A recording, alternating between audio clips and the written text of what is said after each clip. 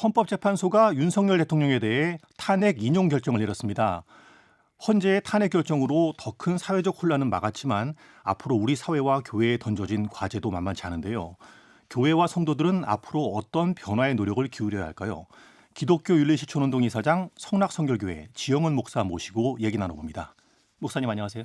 네, 반갑습니다. 안녕하세요. 예. 현 시국에 대한 말씀을 좀 들어보고 싶어요. 오랫동안 사회를 혼란으로 몰아넣었던 12.3 비상계엄. 헌법재판소가 위헌 판결을 내렸습니다. 대통령에 대해서 탄핵 결정을 내렸고요. 이번 판결을 목사님은 어떻게 받아들이셨습니까? 일단은 그냥 상식적으로요. 많이 쓰는 말로 사필 규정이라는 말이 이 상황에 아주 정확하다고 보고요. 그리고 이제 뭐 저 같은 경우는 목회하고 있는 사람이니까 뭐 법률 전문가도 아니고 또 우리나라 정치에 현장으로 들어가면 정치 나름의 내부적인 역학 구조가 있을 거 아니겠어요. 또 정치의 힘의 구도가 어떻게 작동이 되는지 또는 정치 평론가나 뭐 이런저런 그 방면의 전문가들이 하는. 근데 저는 이제 그런 쪽 전문가는 아니니까. 근데 그냥 상식적으로 국민의 한 사람으로서 볼 때 우리가 그냥 국민의 한 사람으로서 법치의 민주주의, 대한민국이 국민에게 주권이 있는 민주주의 공화국인데 그렇게 볼 때도 이거는 상식적으로 너무나 당연한 결과다. 그러니까 작년 12월 3일에 사실은 전 세계 중계가 되면서 군인들이 무장을 한 군인들이 국회 입법부에 들어오고 하는 그런 거를 뭐 다 봤잖아요. 그러니까 이것이 헌법재판소가 헌법에 위배되느냐 이거를 판결하는 기관인데 물론 현실적으로는 구체적인 또 법적인 절차를 거쳐야 되고 또 합리적으로 논거를 내세워서 판결을 해야 되니까 근데 그냥 사필 규정이고 상식적으로 당연한 거고 그리고 이제 하나 신앙적인 입장을 덧붙이자면 작년 12월 3일의 비상계엄 선포는 기독교 신앙의 입장으로 볼 때 하나님의 뜻에 위배된 것이다. 그러니까 신앙적으로 참 너무 감사하고 다양하다 이런 생각이 듭니다. 왜냐하면 뭐 상식적으로 당연한 거지만 그런데 감사할 수밖에 없는 이유는 작년 12월 3일 이후에 여러 가지 과정에서 야 저럴 수가 있나 뭐 이런저런 현상들이 많았으니까요. 뭐 검찰의 이런저런 그 처신이나 또는 뭐 대통령의 직무를 대행하고 있는 뭐 한덕수 지금 총리께서 다시 복귀하셨지만 최상목 대행이나 이런저런 여러 가지를 보면서 야 이럴 수가 있나 이런 것 때문에 사실은 내심 굉장히 걱정이 됐죠. 네. 그래서 그냥 신앙인의 한 사람으로서는 참 하나님께 감사하다. 그리고 이제 국민의 한 사람으로서는 당연한 일이지만 너무너무 고맙다. 이런 생각이 듭니다. 탄핵이 결정됐지만 이게 남은 과제도 많습니다. 목사님은 방금 이제 비상계엄은 하나님의 뜻에 위배된다 이렇게 말씀하셨지만 계엄 이후에 이제 일부 기독교인들은 극우적인 모습을 보이면서 이 계엄에 찬성하는 뭐 그런 모습을 보이기도 했어요. 목사님은 이 정광훈 소년보로 상징되는 이 극우 기독교 목소리에 대해서는 어떻게 생각하세요? 그러게요. 전광훈 손현보. 근데 이제 전광훈 손현보 이 두 사람만이 아니고 사실은 전광훈 손현보 이 두 사람이 계속 주도하면서 끌고 왔던 그 흐름에 사실은 지지자들이 상당히 많았던 거잖아요. 그래서 네. 저는 표현을 전광훈 손현보 현상 한번 현상. 이렇게 표현을 네네. 해보고요. 거기에 또 전한길 씨 같은 사람이 뭐 갑자기 뛰어들면서 뭐 상황이 그렇게 됐고, 근데 저는 제가 아까 말씀드리기를 12.3 비상계엄 선포는 국가법적으로 상식적으로 볼 때도 뭐 법 전문가가 아니더라도 이거는 위헌이고 위법이다 이렇게 판단할 수 있는데 저는 그것보다 기독교 입장에서 볼 때는 더 심각하고 엄중한 문제다 이렇게 보는 거지요. 이유가 하나님의 계시를 위배한 거다 이렇게 보는 게 제 입장입니다. 우리 기독교 신앙에서 계시 그러면 하나님이 당신의 뜻을 보여주시는 것을 계시라고 하죠. 또는 하나님의 뜻, 뭐 그 이전에 하나님 자신을 아예 보여준다. 이게 계시의 본질적인 뜻이거든요. 네. 그러니까 계시에 어긋난 거는 그리스도인이라면 적어도 자기의 목숨을 걸고라도 거기에 반대하고, 우리 그리스도인의 가장 기본적인 거, 교회 공동체의 가장 기본적인 거는 하나님의 계시에 순종하고 계시에 헌신하는 거죠. 근데 하나님의 계시에는 이건 기독교 신앙의 정통적인 입장이고요. 뭐 신학 공부를 하는 사람은 누구나 다 아는 당연한 사실인데, 계시는 두 가지가 있습니다. 하나가 특별 계시, 이게 예수 그리스도의 십자가 사건이죠. 두 번째가 일반 계시입니다. 이거는 특별 계시가 예수 그리스도를 믿고 구원하고 복음을 전파하고 이거라면, 일반 계시는 기독교인만이 아니라 모든 사람들, 뭐 타종교인이든 명시적으로 종교를 갖고 있지 않은 사람이든지 간에 모든 사람에게 다 공통되는 하나님의 은혜, 이게 일반 계시 또는 일반 은총이죠. 예를 들어서 사람이 양심을 가졌잖아요. 하나님이 주신 은혜죠. 그래서 명시적으로 기독교 복음을 모르더라도 자기가 가진 양심에 따라서 사람이 양심적으로 살아야지, 뭐 이제 이런 거라고 볼 수가 있어요. 네. 근데 일반 계시에는 적어도 다음에 네 가지는 성경적으로 성서적으로 볼 때 일반 계시의 가치에 속합니다. 첫째, 인도적 인륜 도덕. 두 번째가 생태적 환경 윤리. 세 번째가 법치의 민주주의. 네 번째가 상생의 시장 경제. 그러니까 적어도 이 네 가지는 분명하다. 그거는 하나님의 일반 은총, 일반 계시에 속한다. 근데 거기에 법치의 민주주의가 있잖아요. 성경이 독재를 옹호한다. 정치 체제에서, 또는 전제 정치, 과두 정치를 옹호한다. 그건 말이 안 되잖아요. 그러니까 현존하는, 또 인류 역사에 있어 왔던 많은 정치 형태들, 거기에는 시대마다 그 시대에 이런 정치 형태가 효율적이었고 사람들한테 좋았다, 이런 면이 많죠. 그러니까 일률적으로는 얘기할 수 없죠.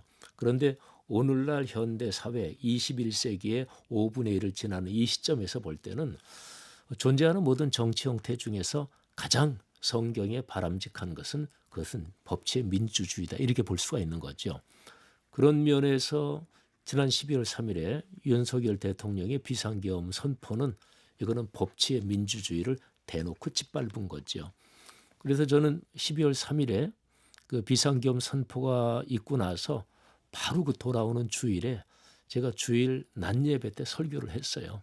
바로 지난 주간에 있었던 비상계엄 선포는 하나님의 일반 계시의 가치에 정면 충돌한 겁니다. 그래가지고 그거는 성경적이지 않습니다. 하나님 앞에 죄악입니다 하고 대놓고 설교를 했거든요. 네. 그렇게 설교했던 이유가 지금 말씀드린 이런 근거죠. 예. 교회가 사회를 걱정하는 것이 일반적인데, 비상계엄으로부터 탄핵 결정까지 이 과정 속에서는 사회가 교회를 걱정하고 우려하는 정서가 너무 컸던 것 같아요. 왜 이런 일이 벌어졌을까요? 우선 전광훈 소년보 현상, 네. 이것이 하여튼 사회 현상적으로는 전광훈 소년보 이 두 사람을 중심한 현상이 기독교하고 연결되어 있다. 그는 뭐 부인할 수가 없죠. 네. 뭐 전광훈 씨는 사실은 백석교단에서 공식적으로 목사 제명을 받은 사람입니다. 면직된 사람이에요.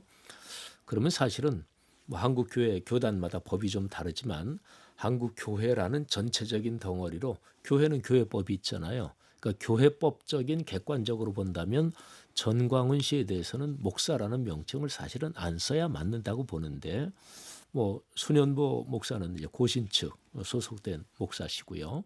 근데 어쨌든 전광훈 소년보 현상이 현재의 한국 기독교 전체를 이 집단이 과잉 대표한, 그는 분명히 존재하는 것 같고요. 네.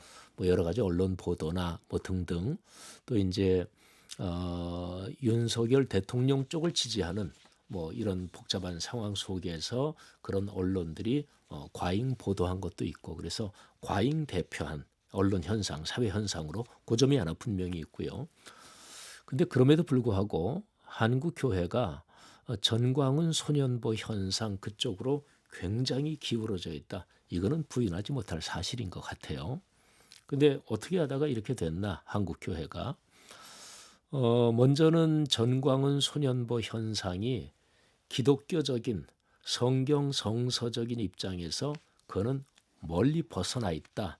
이것부터 분명히 해야 될 것 같아요.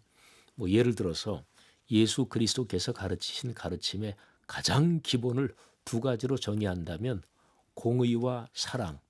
그래서 목표로 가는 지점은 하나님의 평화, 샬롬이다. 이렇게 우선 정리할 수 있을 것 같아요. 근데 현재 우리가 살아가는 삶의 태도에서는 공의와 사랑이 두 가지가 같이 필요합니다. 공의 없는 사랑, 이거는 기독교적인 사랑이 아니죠. 또 사랑이 없이 이게 공정하다, 이게 맞다, 엄격한 거, 그것도 기독교적인 태도가 아니죠. 예수 그리스도의 십자가 사건은 공의와 사랑이 한 장소에서 강력하게 한데 어우러져서 발생한 계시의 사건입니다.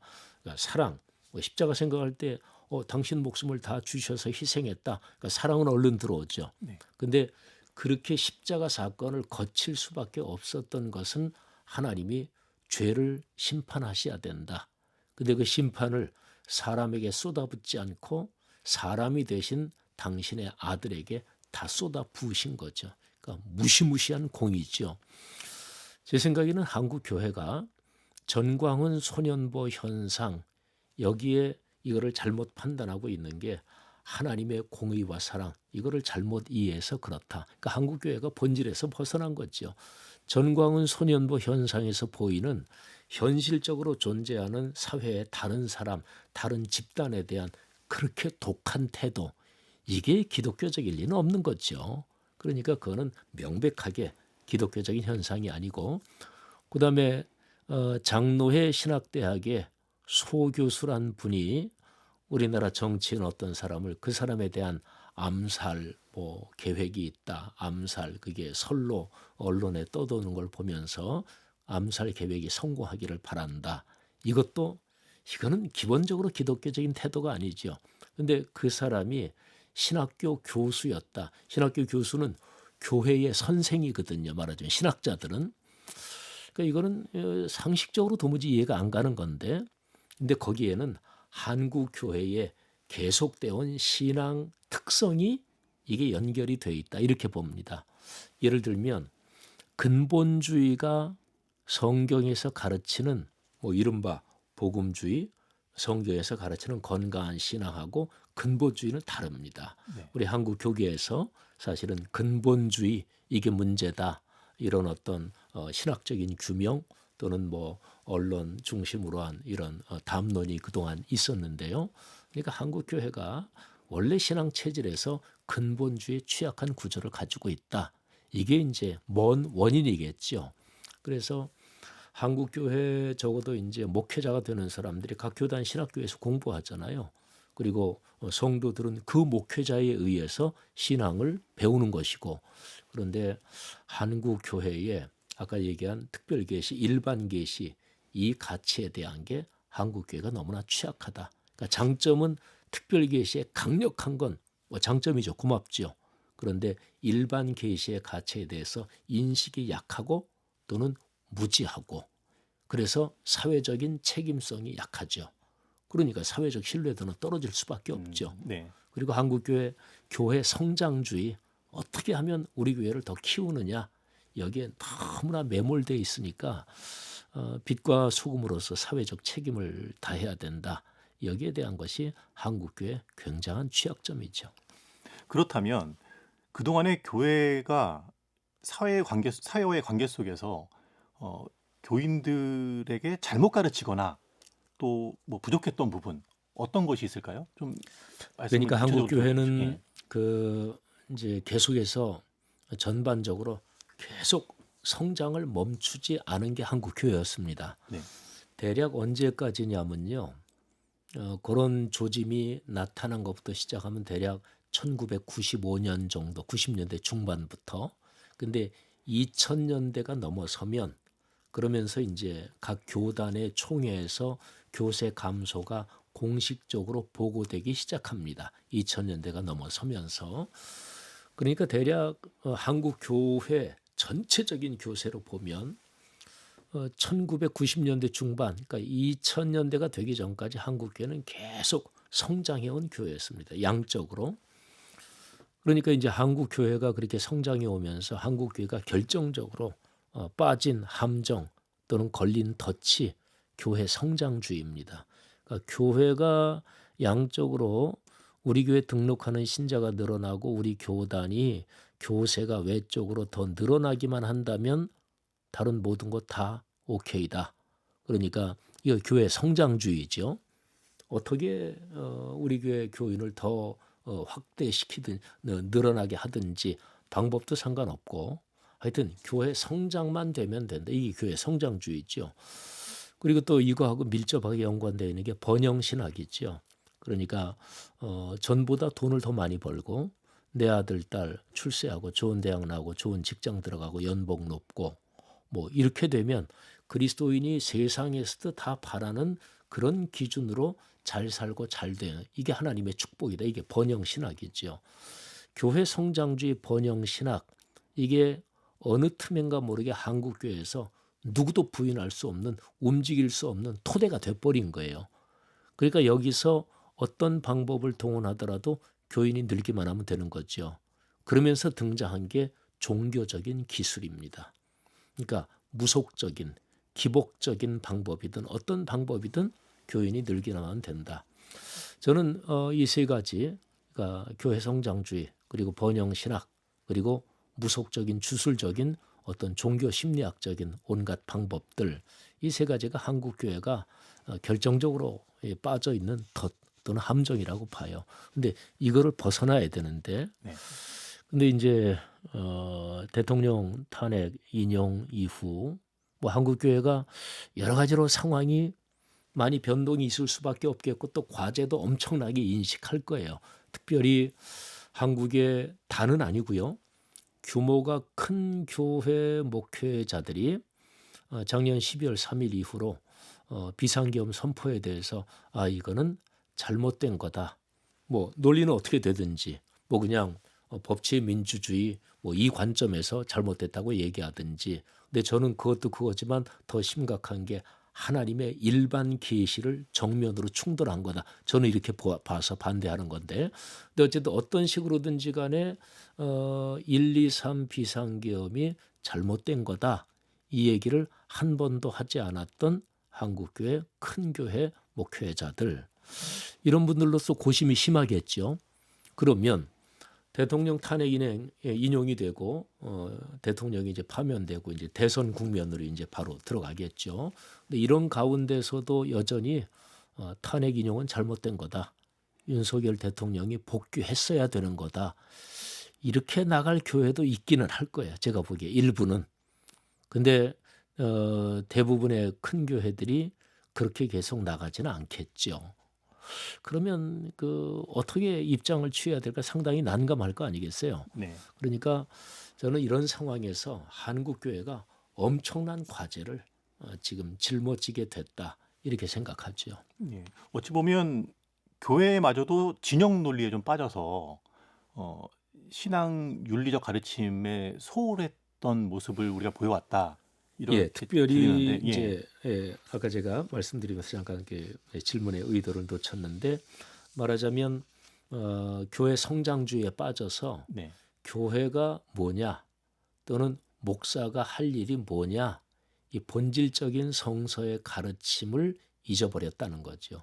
교회는 이 세상 전체에서 소금과 빛의 역할을 해야 되니까 교회는 자기 집단의 만족을 위해서 존재하는 집단이 아닙니다. 교회는 세상을 위해서 존재하는 집단이 요한복음 17장에서 예수님이 가르쳐 주신 거기 아주 명백하고요. 또 특별히 목사가 저도 이제 현장 교회를 담임하고 있습니다만은 목사는 내가 목회하는 이 교회 성도들만을 위해서 존재하는 사람이 아닙니다. 그러니까 그 교회가 존재하는 그 동네 지역 사회 거기에서 타 종교를 가졌든 아니면 명시적으로 종교를 안 갖고 있는 사람이든 어떤 한 사람의 목사는 그 지역 사회에 있는 사람 모두에게 목양적인 책임이 있는 거죠. 근데 이제 한국 교회가 지금까지는 그런 생각이 너무나 약하죠. 그러니까 내가 목회하고 있는 교회 더 성장시키고 사람들을 이 안으로 어떻게든지 끌어들이고 그러니까 교회가 한국 교회의 약점이 뭐냐면 복음적 정체성, 내부 결속력이랄까 이거는 강한데 이 바깥에하고 연관되는 사회적 연관성 여기에서 너무 취약한 거예요. 아까 제가 한 표현으로 말하면 특별 계시에는 강력한데 일반 계시의 그 성경적 가치에 대해서 인식이 약하고 또는 어떤 사람은 무지하고 그리고 어떤 사람은 알면서도 어떤 자기의 이권이나 목회자들 중에서도 우리 사회의 현실적인 어떤 정치적인 여러 가지 헤게모니에 얽혀 있어 가지고 알면서도 그냥 자기 이익을 위해서 행동하는 경우도 있고 이제 그런 거죠. 예. 예. 목사님은 이제 비상계엄이 일반 계시와 정면으로 충돌하는 사안이기 때문에 반대했다라고 말씀하셨지만 이 목사님들 중에는 이제 그렇게까지 생각 안 하시고 이걸 진영의 어떤 다툼으로 보고 어느 한쪽도 편을 못 들겠어서 중간에서 아무 말도 못 하시는 그런 입장을 취하신 분들도 적지 않거든요. 네, 저는 현장 목회자의 한 사람으로 목사님들 중에서 내가 목회하는 교회에서 설교라든지 오는 또 다른 이런저런 상황에서 작년 12월 3일 이후로 이쪽이든 저쪽이든 거기에 대한 언급을 하기가 힘들고 네. 그래서 하지 말아야 될 그런 입장에 있는 분들이 있다는 거 저 충분히 이해하고요. 또 그런 상황이라면 담임 목사로서 얘기를 안 했던 게 맞다고 저는 봅니다. 현실적으로. 네. 근데 이제 한국 교회 안에서 이제 목사가 하나님 나라의 공인으로서 자기가 서야 될 입장, 뭐 성경적으로 볼 때, 원론적으로 볼 때 입장은 뭐냐면 목사는 이쪽 당도 아니고 저쪽 당도 아니죠. 여야도 아니고 보수 진보도 아니고, 그러니까 하나님의 계시의 말씀인 66권 성경 이거를 최고의 가치로 놓고 성경이 오늘날 우리 사회에서 뭘 가르치고 뭐를 요청하는가 그거를 주의 깊게 성경을 읽고 연구하고 묵상하고 그리고 기도하면서 그 얘기를 전하는 사람이 목사지요. 그러니까 거짓말을 한다 그러면 그거는 보수 정당이든 진보 정당이든 그거는 기독교적인 목사의 공인의 입장에서 볼 때 그건 안 좋은 거죠. 그런데 사회적으로 소외된 어려운 사람을 돕는다. 이거는 또 뭐 보수에서 얘기하든 진보에서 얘기하든 성경에서 말하는 가치관하고 부합하잖아요. 그러니까 그거는 좋은 것이고. 그러니까 목사가 어떤 얘기를 할 때에 정파적인데 매일 필요가 없다고 생각하고 어떻게 보면 원론적인 얘기지만 근데 그 원론적인 얘기를 상황에 상관없이 강력하게 한다는 것은 결코 쉬운 일은 아니죠. 근데 한국 교회는 끊임없이 그렇게 얘기해야만 되고 그리고 적어도 목사 개인으로는 그런 얘기하기가 힘들지 모르지만 어느 교단에서 사회 상황이 민감해서 입장문 성명서를 낸다 그런 경우 있잖아요. 네. 또는 한 교총 여기에서 뭐 입장문을 내는 경우도 있잖아요. 근데 적어도 제도적으로 교단 또는 교회 연합 기관에서 입장문을 내는 거는 목사 개인이 자기 입장을 밝히는 거는 상당히 힘들고 어렵고 개교에서 장로님들 중에 보수도 있고 진보도 있는데 하지만 교단이나 교단 연합 기관은 저는 다르다고 보는데 한국 교회는 교단 교회 연합 기관도 원론적인 성경적인 가치에서 입장을 내지 못하는 경우가 많습니다. 그러니까 여러 가지 상황을 본다는 거죠. 근데 적어도 거기에서는 상황을 보면 안 된다. 저는 이제 그렇게 보는 거예요.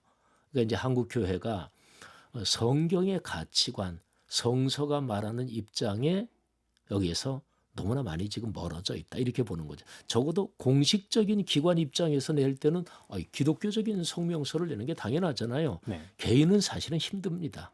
뭐 저는 우리 교회에서 바로 그렇게 설교도 했지만 근데 한국에 상당히 거의 뭐 대부분의 교회가 그럴 상황이 아니라는 거 저도 알고 있고요.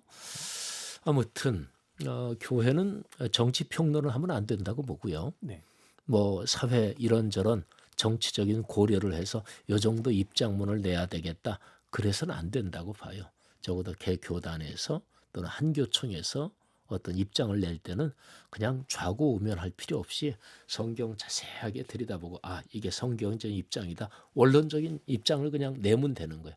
그리고 우리 사회가 볼 때 적어도 목사 한 사람 한 사람 입장은 뭐 또 다 그거는 알 수는 없는 거지만 공식적으로 나오는 입장은 한 모든 언론이나 한국 사회에서 알 거 아니겠어요. 그런 거를 볼 때 이거는 사람들이 생각할 때 교회 보나 안 보나 이쪽 입장이지 그렇게 생각하다가 이거 아닌데 또 다음에 나오는 입장문 보니까 지난번에 저쪽 입장인 것 같은데 이쪽은 또 이쪽 같으네.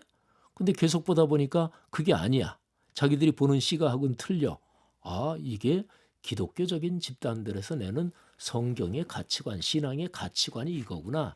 이 정도는 돼야 된다고 보는데 이제 한국의 근자에 들어선 그게 깨져버린 걸 보면서 지금 한국 교회가 성서의 가치관에서 너무 멀리 가 있다는 생각을 하는 거죠. 예, 현장 교회의 현실을 봤을 때 목회자 개개인이 직접적으로 어떤 정치 사안에 대해서 메시지를 내는 것이 어렵다는 측면은 충분히 공감하시고 그것 때문에 교단과 연합기관에서 역할을 해주길 바랬는데 지난 과정에서 그게 좀 아쉬웠다. 네. 그런 말씀이군요. 저는 지금까지 제가 목회자로 공식적으로 사역한 지가 41년이거든요. 근데 41년 동안 구체적인 정치 사안에 대해서 직접 설교 시간에 언급한 거는 이번이 처음입니다. 저는 그러니까 구체적인 정치 사안을 설교에서 공적인 자리에서 직접 언급을 저는 거의 안 합니다. 예, 근데 이번에는 아까 말씀드린 것처럼 이거는 하나님의 일반 계시를 정면으로 짓밟은 거다. 그래서 제가 얘기한 거고요. 예, 그러니까 이제 한국 교회가 전반적으로 이번 그 일을 계기로 전체적으로 한번 돌아봐야 될 것 같아요. 예. 예. 교회 공공성 얘기를 좀 들어보고 싶어요. 교회가 사회적 책임을 다해야 한다. 이런 구호는 뭐 수년 전부터 나왔던 구호인데 그 근거를 먼저 좀 이야기를 들어볼까요? 성경에서는 교회가 공적 역할을 해야 한다는 부분을 어떻게 묘사하고 설명하고 있나요?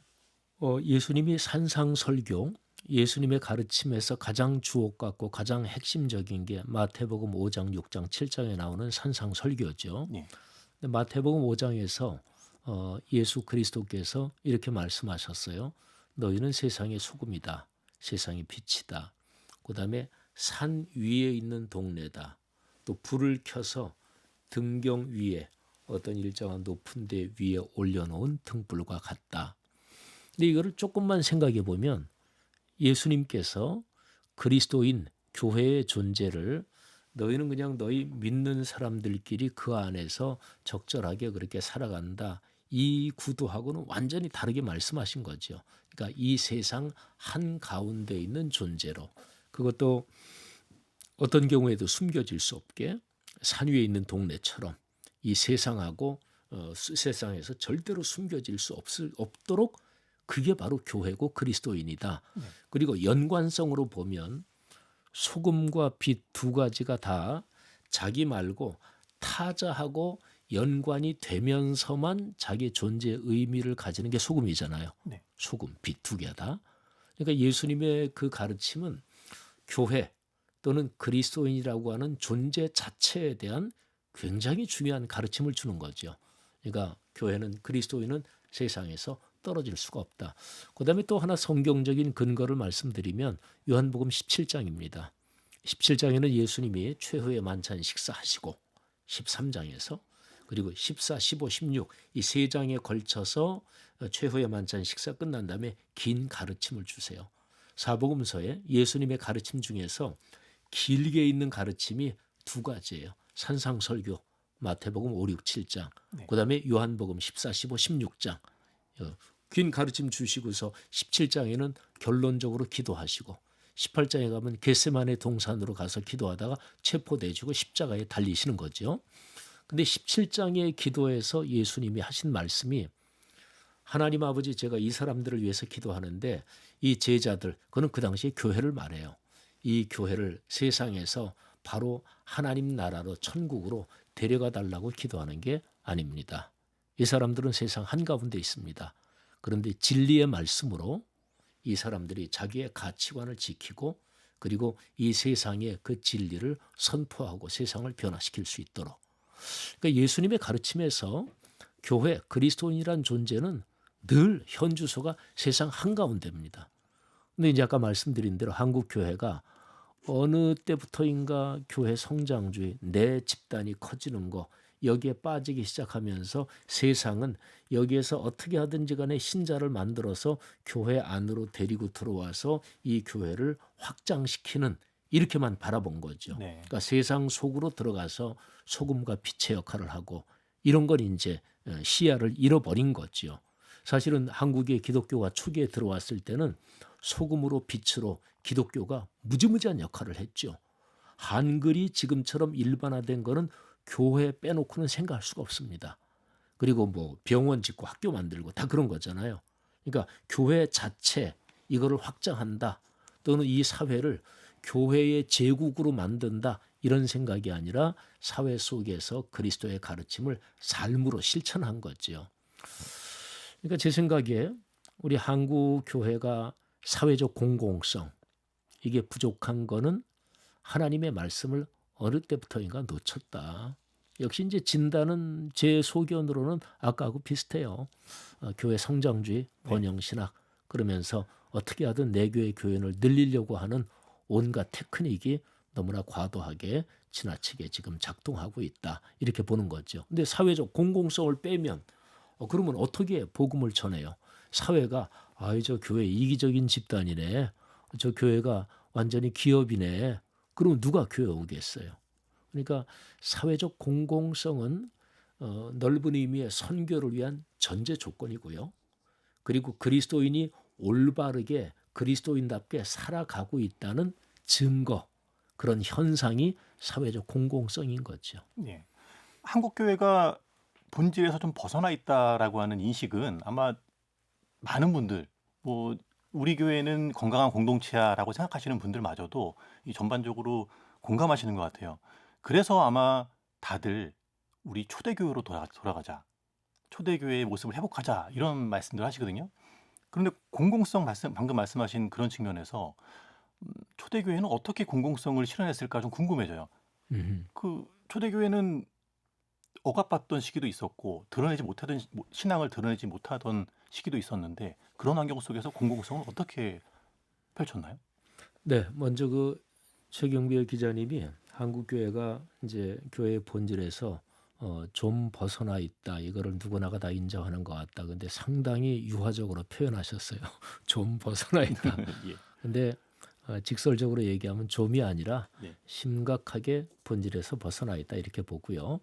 그 초대교회 말씀하셨는데 그때의 교회의 사회적 공공성 요거하고요. 대비되는 개념 하나를 말씀드리면 교회의 공교회성, 교회의 공교회성. 교회의 네. 공교회성, 네. 그다음에 사회적 공공성.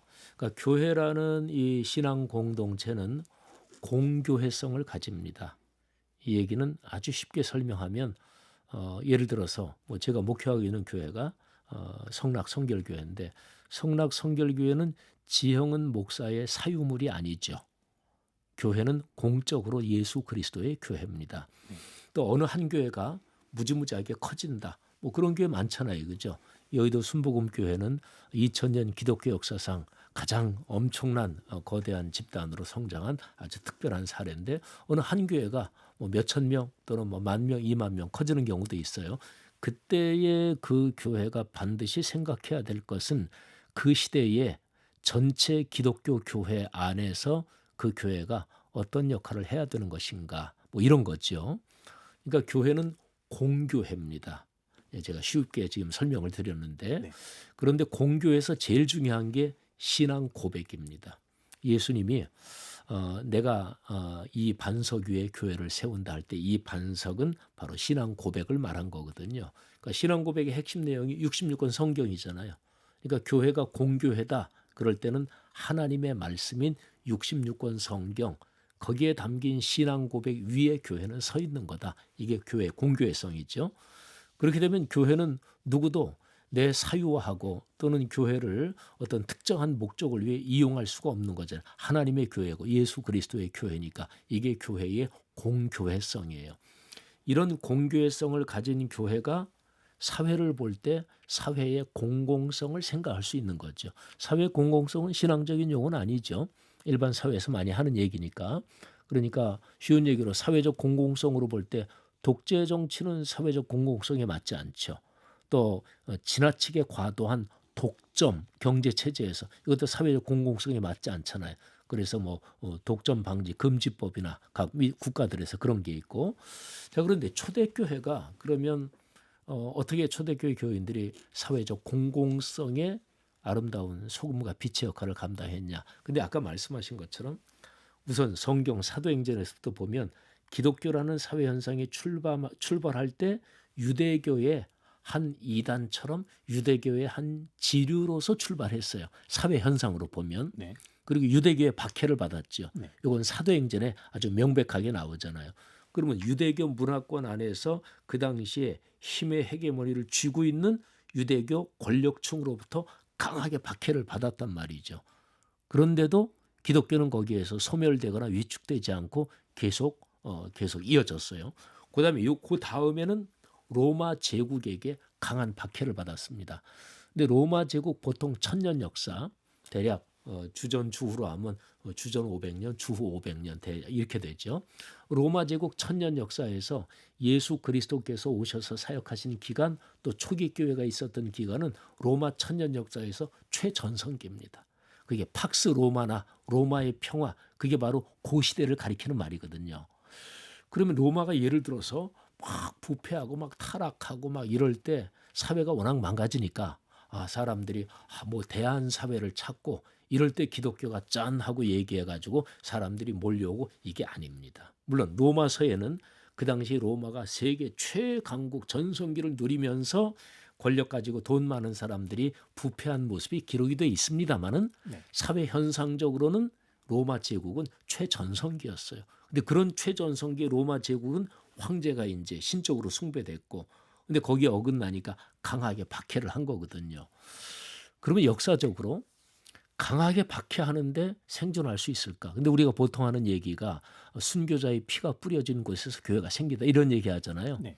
이거는 실제 사회 현상적으로 맞기도 하지만 사실은 틀린 얘기이기도 합니다.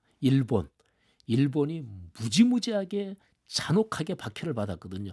일본 아직까지 기독교가 쓰지 못하잖아요. 네. 실제로는 그런 거예요. 잔혹하게 박해하면 교회가 500년 뒤일지 1000년 뒤일지 그거는 몰라요. 하나님의 섭리니까. 그러니까 언젠가 순교자의 피가 뿌려진 곳에서 교회가 생기겠죠. 근데 그건 우리가 보통 생각하고 있는 뭐 20년 30년 뒤에 그건 어림도 없을 수가 있습니다. 로마에게 그렇게 박해를 받았단 말이에요.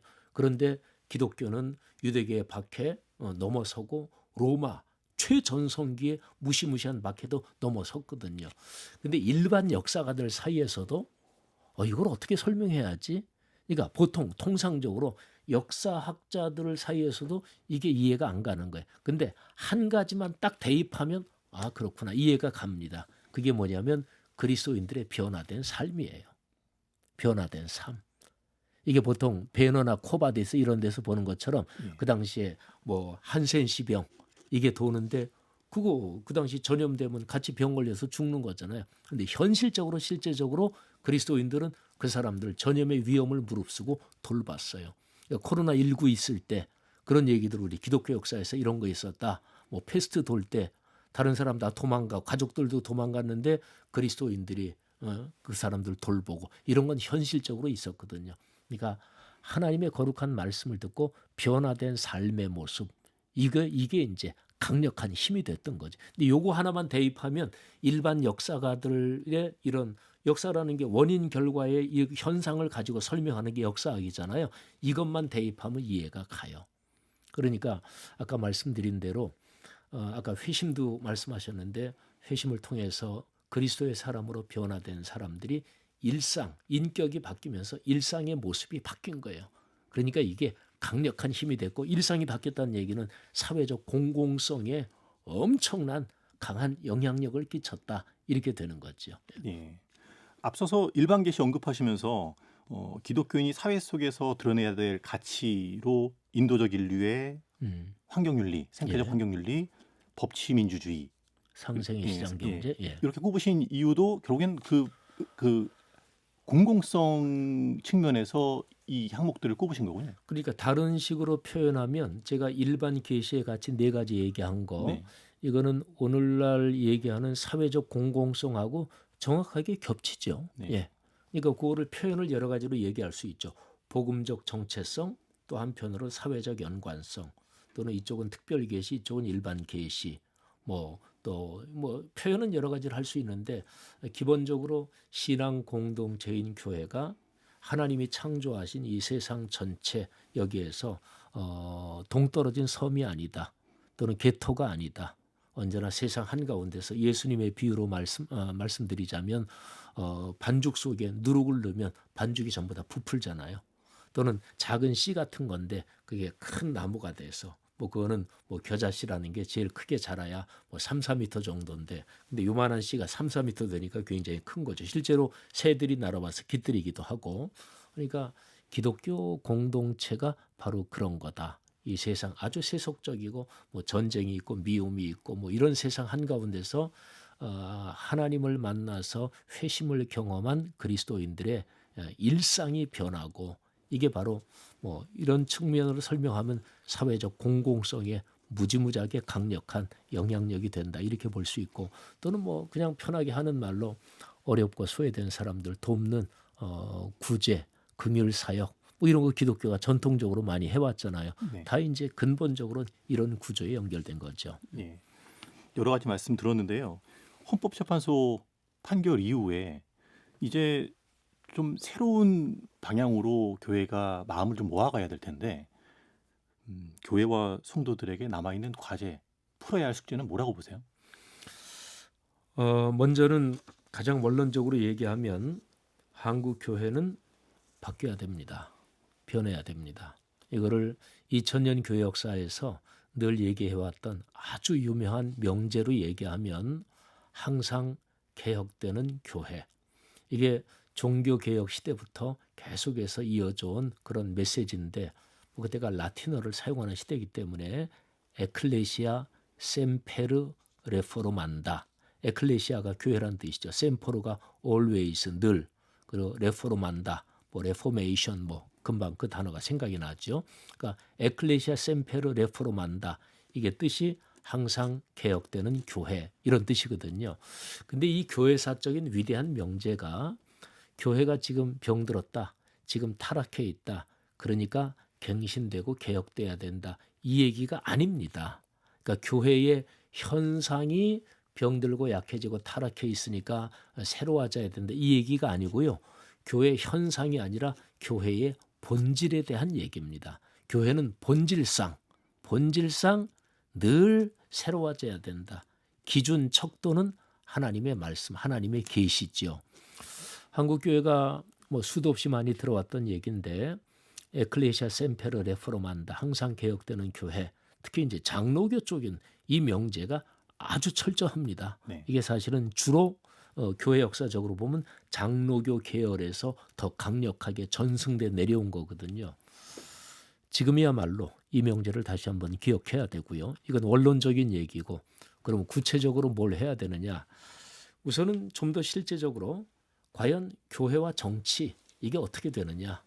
뭐 작년 12월 3일 이후로도 교회가 정치 참여 그렇게 해도 되느냐 마느냐 뭐 이런 것 때문에 얘기가 많았잖아요. 근데 진짜 성경적이고 교회 역사적인 올바른 교회와 정치의 관계, 사회의 관계가 어떻게 되느냐 여기에 대해서 바른 성경적 입장, 올바른 신학적 입장 이런 걸 한번 재정립해야 될 것 같아요. 그래서 지금 현장에 있는 목회자들부터 이런 거를 좀 같이 한번 생각하고 아 그래 이게 맞구나. 좀 이런 같이 대화, 논의, 컨센서스가 좀 만드는 과정이 있어야 될 것 같고요. 그리고 제가 이제 아주 중요하게 보는 거는 두 가지인데 신학교육, 또 하나는 자라는 세대에 대한 교육. 그러니까 교회 학교에서 건강한 민주주의, 법치의 민주주의에 대한 공과 공부가 들어가야 됩니다. 그리고 신학 교육에서 전통적인 신학, 이미 이제 꽤 많은 신학 교육 기관들에서 오늘날의 변화되는 상황에 맞춰서 커리큘럼을 많이 이제 새로운 방향으로 잡고 그래요. 근데 전통적인 신학 교육에서 민주주의에 대한 거 또는 경제 구조에 대한 거 또는 사회법에 대한 거 이런 거는 별로 신학 교육에 안 들어가거든요. 그러니까 오늘날 변화된 상황에 맞춰서 이런 게 신학 교육의 커리큘럼에 적절하게 들어가야 된다. 근데 이게 안 들어가니까 특별히 교회 중에서 어느 한 목사가 개척해서 꽉 성장시킨 교회 있죠.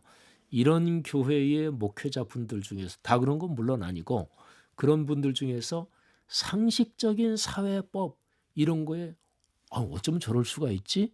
이렇게 무지한 사람들이 있어요.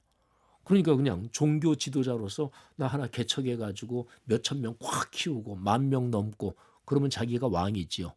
누구에게도 간섭받지 않죠. 그러니까 상식적인 보통 사람이 태어나서 한 사회에서 쭉 성장하면서 뭐 어느 분야에 있든지 뭐 장사를 하든 뭐 교육 분야에 있든 어느 분야에 있든지 그 사회 법적인 시스템에 대해서 나이가 들어가면서 지위가 올라가면서 어느 정도는 다 그냥 이게 인식이 되잖아요. 근데 거기에 예외적인 데가 종교 집단입니다. 그러니까 제 생각에는 신학 교육이 좀 이런 상황을 좀 반영해서 진지하게 토의해서 좀 바뀌어야 되지 않나 싶고 또 하나는 교회학교 다음 세대 교육에서 진짜 오늘날의 세계 환경 문제에 대한 거 당연히 공과에 들어가야 되고요. 또 민주주의에 대한 거 또 오늘날의 세계 뭐 이렇게 전 세계 뉴스는 애들도 다 들을 거 아니겠어요. 근데 전쟁이라는 게 뭐냐 뭐 등등 이런 거를 그 연령층에 맞게 이게 이제 중장기적인 과제가 되겠죠. 예. 혼란한 시기를 지나면서 교회 현실을 안타까워하고 또 미래를 걱정하는 분들이 참 많습니다. 이제 좀 차분하게 교회를 들여다보면서 우리가 바꿔나가야 될 것들을 하나씩 하나씩 좀 바꿔가는 그런 노력이 모아졌으면 좋겠습니다. 목사님 오늘 말씀 감사합니다. 네, 고맙습니다.